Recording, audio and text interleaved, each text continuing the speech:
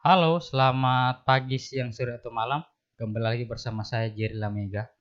Pada kesempatan kali ini kita akan membahas materi tentang kontrol panel hosting, di mana sebelumnya untuk bagian 1 sudah dibahas, dan kali ini kita akan membahas materi untuk bagian keduanya. Untuk lebih lanjutnya, mari kita langsung ke materinya. Baik, kita akan membahas materi kontrol panel hosting untuk bagian yang kedua. Yang pertama adalah jenis-jenis layanan hosting. Nah, jenis-jenis layanan hosting itu ada 6. Yang pertama, free hosting. Yang kedua, shared hosting. Yang ketiga, VPS hosting. Yang keempat, dedicated server hosting. Yang kelima, cloud hosting. Yang keenam, colocation server hosting. Ya, jadi untuk jenis-jenis hosting ini akan kita bahas keseluruhannya. Yang pertama adalah pembahasan tentang free hosting. Apa itu free hosting? Free hosting merupakan layanan penyewaan hosting gratis. Untuk penggunaannya cukup dengan mendaftarkan diri dan menempatkan file website kita ke server. Contohnya seperti blogger.com, blogspot.com, wordpress.com, dan lain-lain sejenisnya. Baik, untuk praktik di mata pelajaran kontrol panel hosting, kita akan menggunakan free hosting atau hosting gratis dikarenakan tidak memakan banyak biaya. Yang berikutnya adalah shared hosting. Shared hosting merupakan jenis layanan hosting yang menggunakan server hosting secara bersama-sama dengan pengguna lain, atau dapat dikatakan satu server digunakan lebih dari satu nama domain. Itu adalah pengertian dari shared hosting. Untuk VPS hosting, pengertiannya adalah atau kepanjangannya Virtual Private Server, merupakan jenis layanan hosting yang cukup mahal. Berbeda dengan share hosting, VPS hosting hanya terbatas untuk beberapa pelanggan saja untuk menjaga performa masing-masing server virtual. VPS hosting memberi keleluasan kepada pelanggan seperti memberi hak akses root, install aplikasi memiliki sistem operasi, dan dapat digunakan untuk beberapa website tersebut. Yang berikutnya, cloud hosting. Cloud hosting merupakan salah satu hosting dengan teknologi terbaru, menawarkan kecepatan dan keamanan lebih baik dari hosting lainnya. Cloud hosting bekerja bukan cuma dengan satu server, tetapi lebih banyak server tersebar di seluruh dunia. Ya, biasanya cloud hosting ini banyak tersebar di tiap-tiap negara.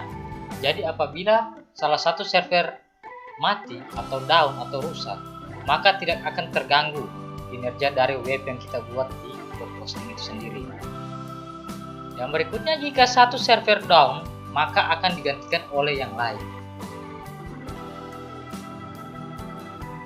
Yang berikutnya, colocation server hosting merupakan tempat penyimpanan server di pusat data yang memiliki standar keamanan fisik dan infrastruktur seperti kestabilan arus listrik, UPS, power generator, air generation control, kestabilan akses internet, CCTV, dan pengaman untuk menjaga setiap hari.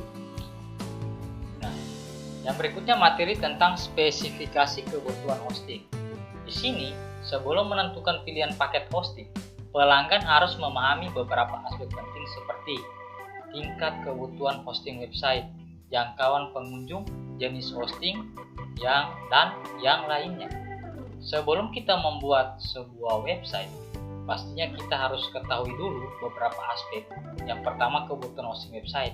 Kita membuat sebuah website mempunyai tujuan untuk apa atau tujuannya untuk apa, itu perlu kita pikirkan. Yang berikutnya, jangkauan pengunjung. Artinya di sini, dengan website yang kita buat, apakah banyak yang melihat atau yang membaca artikel kita. Dan yang ketiga adalah jenis hosting. Sebelum kita membuat sebuah website, kita harus tahu dulu jenis hosting kita termasuk jenis apa, dan lain-lain. Faktor pendukung dalam memilih hosting. Ya, faktor pendukung dalam memilih hosting yang pertama, reputasi penyedia layanan hosting. Itu perlu kita ketahui dulu. Yang berikutnya, kecepatan server. Berapa kita bisa ukur kecepatan server di dalam hosting yang kita buat.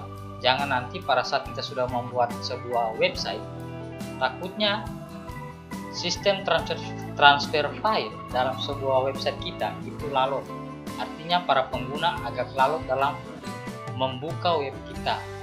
Yang berikutnya tingkat kebutuhan. Dan yang berikutnya lagi bandwidth, kecepatan jaringannya kita. Dan yang terakhir lokasi server kita. Tahapan menggunakan hosting, ya. Sebelum kita membuat suatu website, pastinya ada beberapa tahapan yang perlu kita ketahui. Yang pertama, kita harus membeli hosting. Yang berikutnya, kita harus mempunyai email sebagai aktivasi di hosting yang kita daftar nanti. Dan yang berikut, kontrol panel hosting. Pada saat kita sudah membeli sebuah hosting, pastinya kontrol panel hosting itu sudah tersedia di dalam hosting itu sendiri. Ada beberapa kontrol panel layanan web hosting yang saya ketahui atau yang kita ketahui bersama. Di sini seperti Flash, EHCP, VestaCP, Webuso, Spanel, cPanel atau dan lainnya. Seperti itu. Nah, materi untuk kontrol panel hosting bagian kedua sampai di sini dulu. Apabila ada kesalahan kata yang saya ucapkan, mohon dimaafkan. Sekian dan terima kasih. Bye.